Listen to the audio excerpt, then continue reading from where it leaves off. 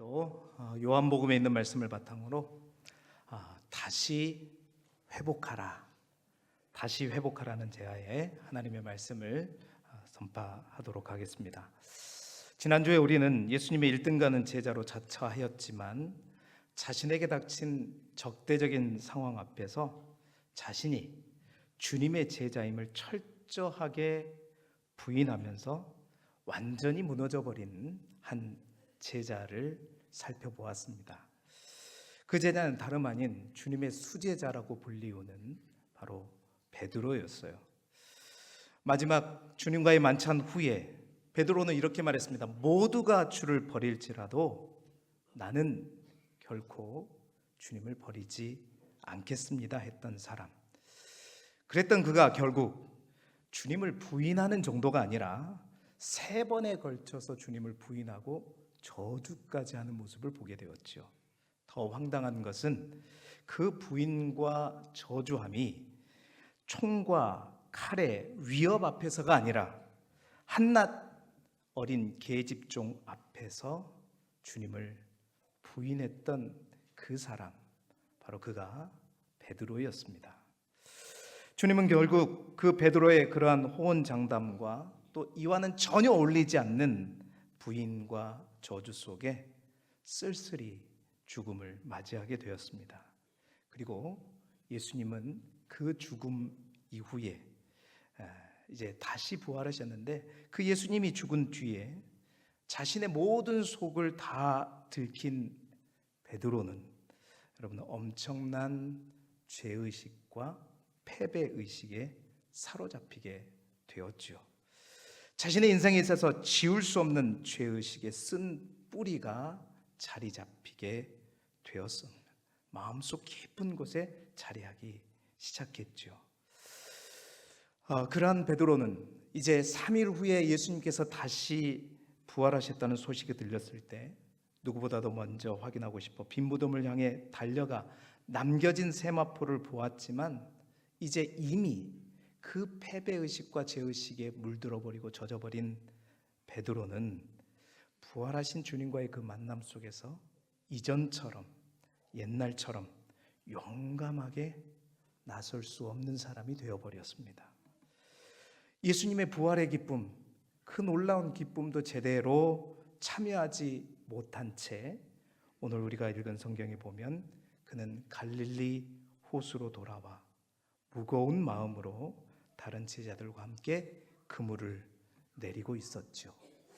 오늘 본문은 바로 그러한 베드로를 예수님이 직접 오셔서 만나 주시는 장면이 소개되고 있습니다. 우리가 너무나도 잘 알고 있는 본문이고 저 또한 이 본문을 가지고 우리 길주교회에서 한번 설교한 적이 있습니다. 이 본문을 묵상할 때마다 신학교에서 배울 때부터 그랬었죠. 항상 이 본문을 묵상할 때 저를 사로잡는 것은 네가 나를 사랑하느냐 할 때 그 사랑, 그리고 베드로가 대답한 그 사랑, 항상 우리는 그 사랑에 초점을 두고 이 말씀을 묵상하고 또 그러한 설교를 들어왔습니다.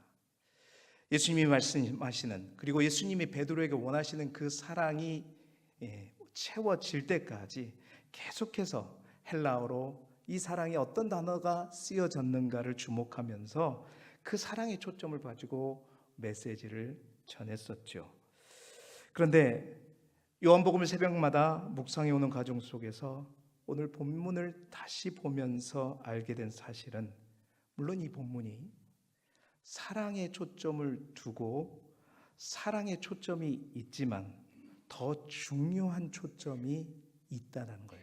오히려 사랑보다 더 중요한 초점이 있다는 겁니다. 어떻게 이런 생각을 하게 되었냐? 이제 주석을 찾아보니까 분명 주님께서 이 베드로에게 말씀하실 때 사실은 헬라어로 말씀하시지 않았거든요. 아람어로 이 말씀을 하셨을 텐데, 이 말은 무슨 말이냐면, 여러분 아람어에는 헬라처럼 사랑에도 아가페가 있고 펠레오가 있고 이렇지 않습니다. 아람어에는 다 그런 구분이 없이 사랑으로 그냥 쓰이고 있다는 거죠. 굳이 그래서 예수님께서 그 헬라어 의미대로 뭔가를 요구하면서 계속 질문했겠느냐 이거죠. 뿐만 아니라 신약 성경 안에도 여러분 아가페, 필레오 다 사랑을 뜻하는 단어지만 이것이 구분되지 않고 혼용되어서 사용되는 경우가 많이 있는 것을 볼 수 있었습니다. 그래서 이 본문이 사랑보다 더 큰 초점이 바로 회복에 있다. 여러분 물론 이 본문에는 사랑과 회복이 같이 있지만 사랑보다도 더 중요한 것이 어떻게든 베드로를 살려내시려고 하는, 회복시키려고 하는 우리 주님의 의도가 있다라는 사실입니다. 그래서 요한복음 21장은 다름 아닌 베드로를 다시 회복시키기 위한 회복의 드라마가 바로 요한복음 21장이자는 거죠. 이토록 요한복음 마지막 장을 베드로 이 한 사람의 회복에 초점을 두고 기록한 이유가 뭘까? 곰곰이 생각해 보니 이와 같이 회복이 필요한 이 시대의 베드로들이 우리 가운데 너무나 많기 때문이고, 뿐만 아니라 이러한 회복 없이 오늘 주님이 말씀하시는 내 양을 먹이라, 내 양을 치라 하는 주님의 양을 치고 먹일 수 없기 때문이지요. 여러분 우리 모두가 주님 안에서 진정한 회복이 필요한 이들인 줄 믿습니다. 우리 모두가 회복이 필요합니다. 오늘 말씀을 통해서 예수님께서 이 베드로와의 만남 속에서, 대화 속에서 과연 무엇을 회복시켰는가, 그 회복의 관점으로 오늘 본문을 바라보면서 구체적으로 무엇인가 살펴보면서 우리 또한 주님과의 그 만남을 사모함으로, 주님을 더 깊이 만남으로 다시 회복되리라, 다시 회복되는 귀한 은혜가 저와 여러분들 가운데 있기를 그리스도 예수 이름으로 축원합니다. 가장 먼저 예수님께서 베드로와의 대화를 통해서 베드로를 회복시키려고 했던 것은 무엇일까? 첫 번째는 바로 그의 상처를 회복시켰다라는 것입니다. 여러분 베드로의 상처, 마음속 깊은 곳에 자리 잡고 있는 그 쓴뿌리, 그 상처를 회복시키려고 했다는 것이죠. 여러분 베드로의 그 상처를 예수님은 그대로 두시고 이제 네 앞으로 일 열심히 해라, 내 양 잘 치고 잘 먹이라, 네가 나한테 실수했으니까 만회하는 심정으로 일 열심히 하라고 하지 않으셨습니다. 베드로가 그 상처를 가지고 앞으로 주님이 맡겨주신 그 사역들을 감당할 때 여러분 그 상처가 덧나고 또 덧나서 그 상처로 오히려 남을 죽이고 자기 또한 죽을 것을 우리 주님께서는 아셔서 가장 먼저 그의 상처를 치료해 주시고 그의 상처를 회복시켜 주셨다는 겁니다. 여러분 방법은 다른 것이 아니었습니다. 우리가 심리학에서도 그러잖아요. 어떤 사람이 어렸을 때 어떤 상처를 입었으면 그 상처를 입었던 그 환경과 동일한 환경 속에서 그 상처를 회복시켜주는 그러한 어떤 기법이 있듯이, 비슷하게 예수님도 베드로가 예수님을 모른다고 했던 그 새벽녘에 베드로를 다시 찾아오셨어요. 그리고 예수님을 모른다고 극히 부인했던 그 모닥불 앞, 주님은 애써 그 모닥불을 키시며 그곳에서 베드로를 만나셨습니다. 그리고 나는 모른다, 지난주에 우리가 No, I am not, 나는 아니다, 모른다 3번 부인했던 그 부인한 것을 억지로라도 네가 나를 사랑하느냐, 네가 나를 사랑하느냐 3번 물으시면서 그가 정말로 마음속 깊이 그것들을 점검하고 고민하면서 대답하게 하심으로 그 상처를 우리 주님은 한 땀 한 땀 깨먹고 계신 것입니다. 여러분 그렇습니다. 오늘날 교회 안에 예수님을 제대로 안 믿는 사람이 많아서 문제이기도 하지만 여러분 더 큰 문제는 뭐냐면 예수님을 믿는데, 정말 그래서 예수님을 믿고 예수님을 사랑하고 사역들을 열심히 감당하는데 그 마음속에 있는 쓴뿌리, 그 마음속에 있는 상처가 회복되지 않아서 그 마음속에 상처가 마치 없는 것이 그냥 꾹 눌러놓고 감춰놓고 있으면서 그 사역을 감당하는 사람들이 사실 문제가 될 때가 많습니다. 그렇게 잘 감춰두었다가 어느 날 갑자기 누가 그렇게 꾹 감추었는 그 상처를 갑자기 누군가 하나가 말로 어떤 행동으로 그 상처를 탁 건드렸을 때 여러분 그 속에 골마있던 그 상처가 한순간 툭 터져버리고 그렇게 열심히고 그렇게 인자했던 장로님이 또 한 집사님이 권사님이 이해할 수 없는 행동으로 급변해버리고 폭언을 쏟아내고 돌변하여서 괴물과 같은 존재로 변해버리는 이러한 모습들. 그래서 그 상처로 해서 남을 죽이고 결국 그동안 잘 쌓아놓았던 모든 것을 무너뜨려버리는, 그래서 나 자신도 죽여버리는 이러한 모습.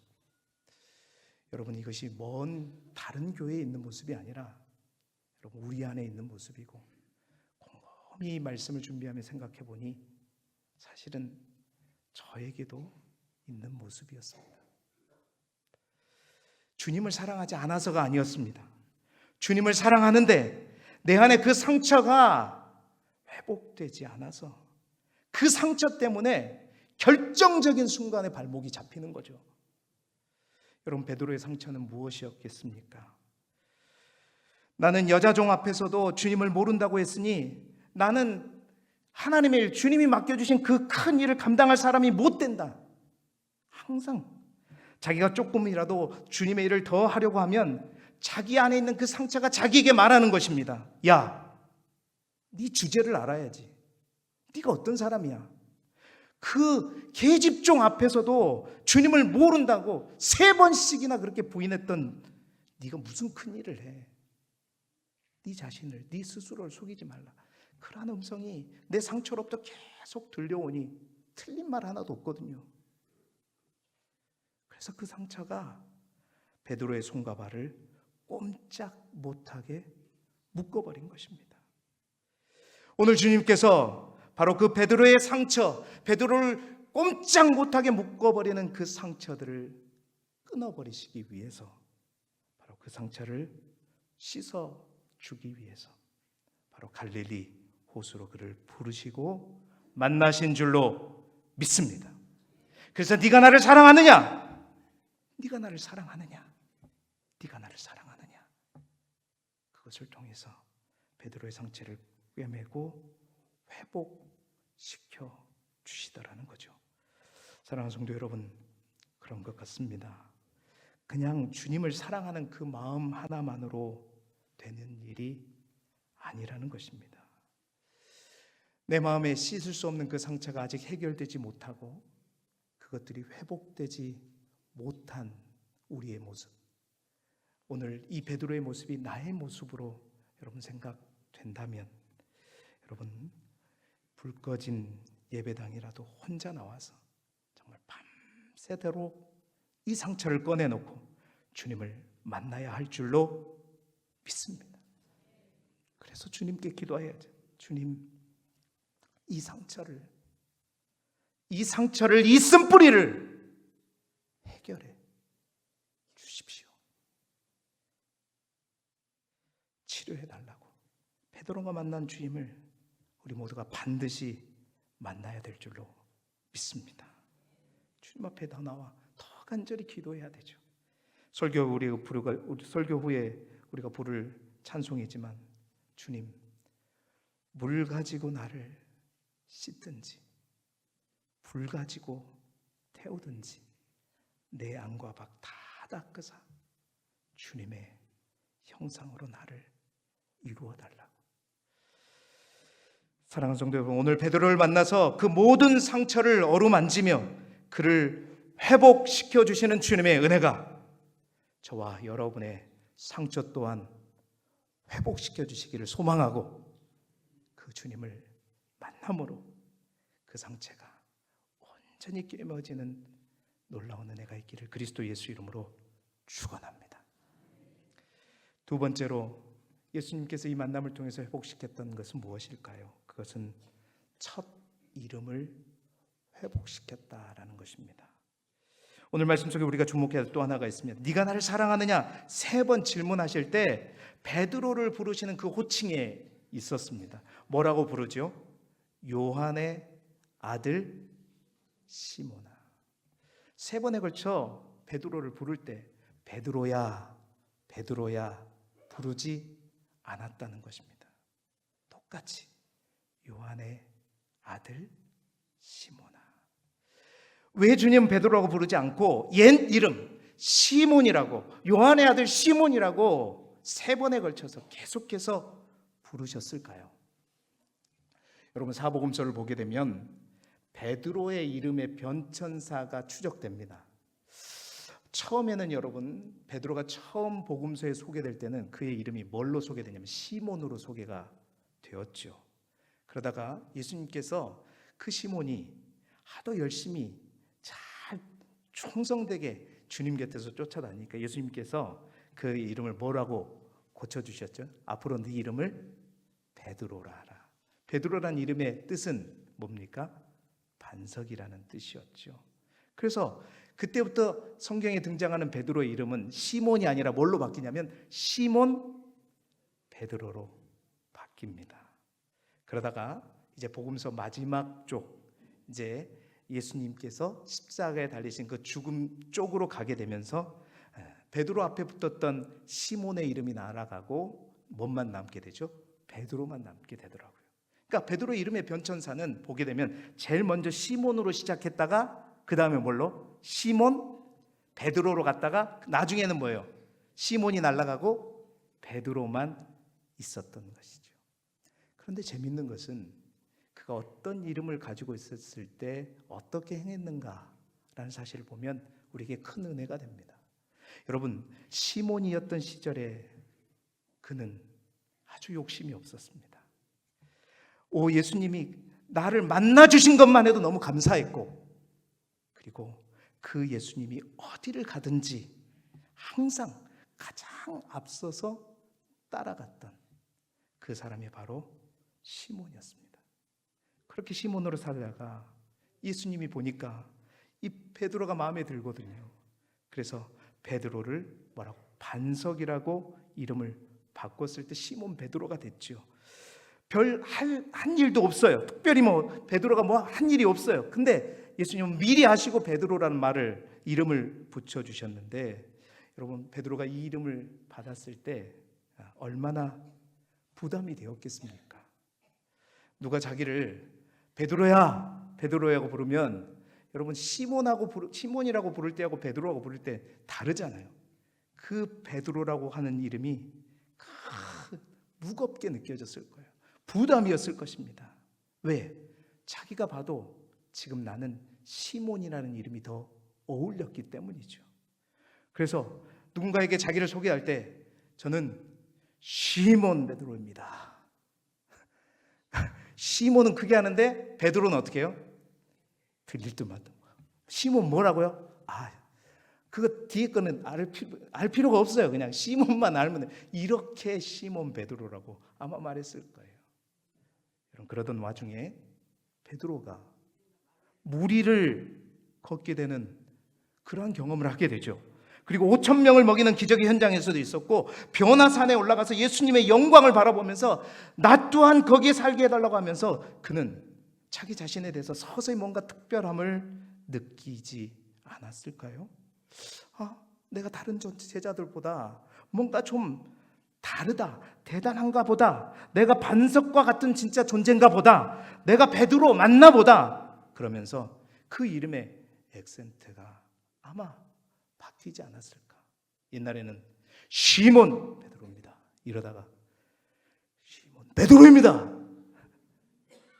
서서히 그 베드로라는 이름이 나에게 더 어울리는 것 같고, 나에게 맞는 것 같고, 내가 시몬이라고 불리우는 것이 어색해 보이고 가벼워 보이고 듣기 싫어지고, 그러다가 급기야 마지막에는 그 가볍게 여겨지던 시몬이라는 이름을 떼버린 거죠.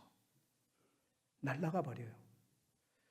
나중에 복음서 마지막에는 베드로란 이름만 나오게 돼. 그런데 여러분, 그 시몬이 날아가 버리고 베드로만 남았던 그날 밤, 진짜 자기가 뭐나 된 줄 알고 베드로는 예수님 앞에, 예수님이 묻지도 않는 답을 했었잖아요. 다른 사람이 다 주를 버릴지라도 나 베드로는 왜? 베드로니까. 시몬이 아니라 이제 베드로니까 나 베드로는 주님을 배반하지 않겠다고, 안 버리겠다고 장담했지 않습니까? 그리고 서너 시간 후에 계집종이 있는 모닥불 앞에서 뭐라고요? 나는 주님의 제자가 아닙니다. No, I am not.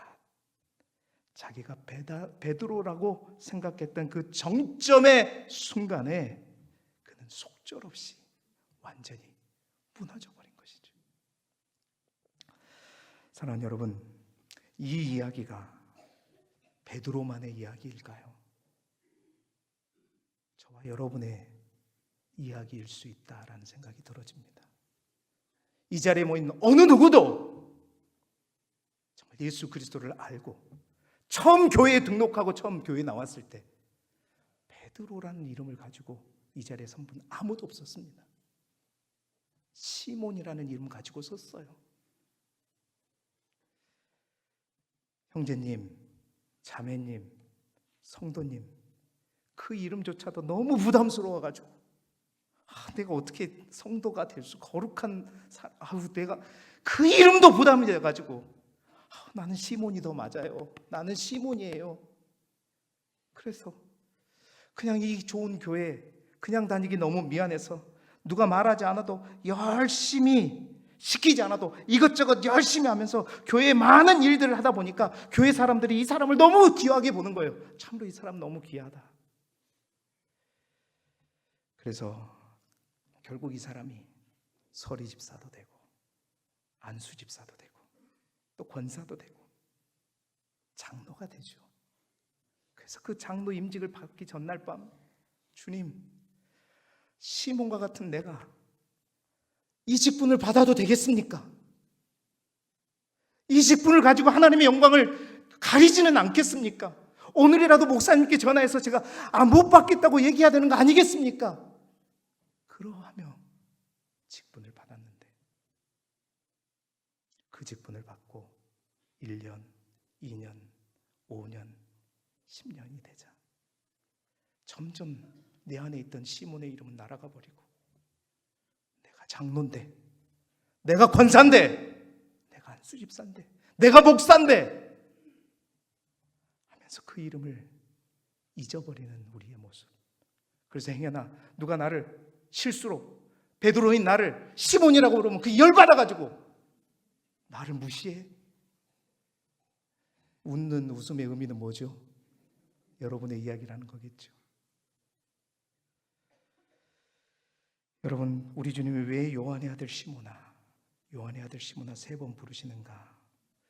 베드로도 귀한 이름이지만 주님께서 다시 찾아오셔서 베드로가 그 잃어버렸던 자기 자신의 첫 모습, 순수한 열정을 가지고 겸손하게 뜨겁게 주님을 따르며 순종했던 그 모습을 바로 요한의 아들 시몬아, 요한의 아들 시몬아라는 이름을 통해 되찾아주고 회복시켜 주시는 것인 줄 믿습니다. 사랑하는 성도 여러분, 우리가 회복해야 될 이름이 분명히 있습니다. 내가 잃어버린 시몬이라고 하는 이름을 되찾으시기 바랍니다. 우리 안에 순수함과 겸손함과 믿음의 열정들을 다시 회복하는 저와 여러분이 되기를 소망하고, 그것을 다시 회복하기 위해서는 주님이 우리를 기다리고 있는 갈릴리 바다로 가야 된다는 거예요. 우리 주의 성전이 그 갈릴리 바다가 되기를 소망하고, 주님의 보혈로 그 얼룩진 모든 이름들이 다 깨끗이 씻겨지고 여러분의 첫 모습, 첫 이름을 다시 회복하는 저와 여러분이 되기를 주님의 이름으로 축원합니다. 3번째로 주님께서 베드로를 향해 회복시키고자 했던 것은 예수님을 향한 사랑을 회복시켰다라는 겁니다. 여러분, 베드로를 찾아오신 이유가 이제는 그 베드로에게 자신의 양을 맡기시기 위해서 찾아오신 것입니다. 그런데 여러분, 오늘 성경을 보면 시몬아, 내가 너에게 양을 맡겨야 되겠다 하시면서 이제 너는 내가 너에게 맡긴 그 양을 사랑하느냐, 그 양을 사랑하느냐, 그 양을 사랑하느냐 묻지 않으시고, 오늘 성경에 보니까 예수님은 그 양을 사랑하느냐 물으시는 것이 아니라 네가 나를 사랑하느냐, 3번에 걸쳐 물으신 분명한 이유가 있다는 겁니다. 우리가 회복해야 할 마지막 한 가지를 위해서였습니다. 여러분, 많은 사람들은 이렇게 착각합니다. 그렇게 열심히 사역했고 충성을 다했는데 그 바쁜 와중에서도 내가 아이들을 신방하면서 열심히 가르치면서 구역 봉사자로, 예배 인도자로, 구역장으로, 권찰로 열심히 일했는데 어느 순간 맡았던 일, 아이들을 점점 보기가 싫어졌고 구역 모임 시간이 부담스러워졌고 내가 맡은 사역들이 점점 무거워질 때 우리는 그렇게 생각합니다. 내가 지쳤나 보다. 아니, 우리 구역에, 우리 부서에 뭔가 문제가 있나 보다 생각하는데 여러분, 그것은 거기에 문제가 생긴 것이 아니라 우리가 예수님을 사랑하는 그 사랑의 전선에 문제가 생긴 것인 줄 믿습니다. 문제는 그거예요. 여러분, 주님의 일꾼이라고 하는 것은, 주의 일을 감당하는 참된 일꾼은 이 일을 사랑하는 사람이 하면 되는 것이 아니라 일보다 주님을 더 사랑하는 사람이 그 일을 감당해야 될 줄로 믿습니다. 교사는 아이들이 좋아서 교사가 되면 처음에는 좋을 수 있겠지요. 그러나 여러분, 그것은 위험합니다. 사람이 사람을 좋아하는 것은 분명한 기간이 있습니다. 그 기간이 끝나면 변질되기 때문입니다. 여러분, 어떤 교사가 탁월한 교사냐면 아이들을 좋아하는 교사가 잘하는 것이 아니라 그것보다 더 먼저 주님을 더 뜨겁게 사랑하는 교사가 좋은 교사가 될 줄로 믿습니다. 여러분, 구역권들 너무나도 좋아하는 구역장, 권찰 너무 귀하죠. 그러나 그 마음 가지고는, 그 사랑하는 마음 가지고는 쓰러질 때가 옵니다. 상처받아 넘어질 때가 분명히 옵니다. 다른 게 아닙니다. 주님을 너무너무 사랑해서 그 주님께서, 내가 사랑하신 그 주님께서 나에게 맡기셨다는 그 마음으로 그 일들을 감당할 때 여러분, 끝까지 가는 것이고 어떠한 상황 속에서도 흔들리게 되지 않는 것입니다. 사람을 향한 사랑은 기간이 있지만 우리 주님을 사랑하는 그 마음, 그 사랑에는 변함이 없기 때문이죠.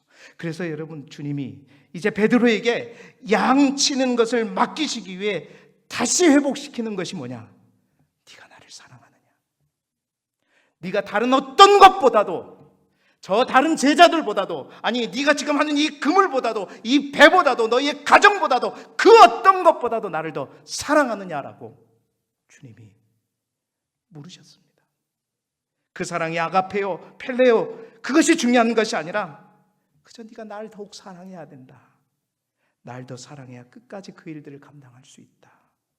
모든 것들보다 나를 사랑해야 이것을 온전히 감당할 수 있다 하시면서 주님은 바로 당신을 향한 그 사랑을 회복시키고 있는 것입니다. 사랑하는 성도 여러분, 주님을 향한 그 사랑이 식어졌을 때, 그때는 누구를 찾아서 하소연할 게 아닙니다. 바로 갈릴리 바다, 주님이 기다리고 계시는 그곳으로 오셔야 됩니다. 그리고 그 주님을 만나셔야 하고, 그 주님께, 주님, 내가 주님을 사랑하는 마음이 식어졌습니다. 주님을 사랑하는 마음이 회복되기를 원합니다. 사랑합니다, 나의 예수님. 사랑합니다, 나의 예수님. 밤새도록 그 사랑을 회복해야 될 줄로 믿습니다. 여러분, 그렇게 예수님의 사랑이, 예수님을 향한 사랑이 회복되면 반드시 그렇게 될 것입니다. 모든 것이 다시 귀하게 보이고 다시 사랑스럽게 보이게 될 것이죠. 그 사랑으로 일하시는 여러분이 되기를 소망하고, 그 사랑으로 섬기고, 그 사랑으로 사랑하는 저와 여러분이 되기를 주님의 이름으로 축원합니다. 말씀을 마무리합니다. 다시 회복하라. 여러분, 실제 베드로는 이 두 번째 갈릴리에서 예수님을 만나 회복된 이후에 이제 완전히 달라졌습니다. 단 한 번도 그 이후에 주님을 부인하지 않았습니다. 그리고 그는 더 기도했고, 그리고 하나님의 성령을 충만하게 받게 되어서 진짜 그는 그의 다짐대로, 그의 이름대로 반석과 같은 흔들리지 않는 신앙의 삶을 살아갔고, 목숨을 걸고 하나님이 맡기신 사역을 순교하기까지 감당하게 되었던 것이죠. 우리 모두는 이 베드로의 회복이 필요한 줄로 믿습니다. 우리를 기다리고 계시는 갈릴리 호수, 주님이 계시는 그곳으로 주님을 만날 수 있는, 주님의 말씀이 들리는, 또 주님을 볼 수 있는 그 자리에 나아가 여러분, 우리 안에 꾹꾹 눌려는 상처가 회복되고, 잃어버렸던 첫 이름이 회복되며, 주님을 향한 사랑을 다시 회복하여 베드로처럼 반석과 같은 일꾼으로 주님께 영광 올려드리는 우리 길쭉의 모든 성도들이 되시기를 그리스도 예수 이름으로 축원합니다.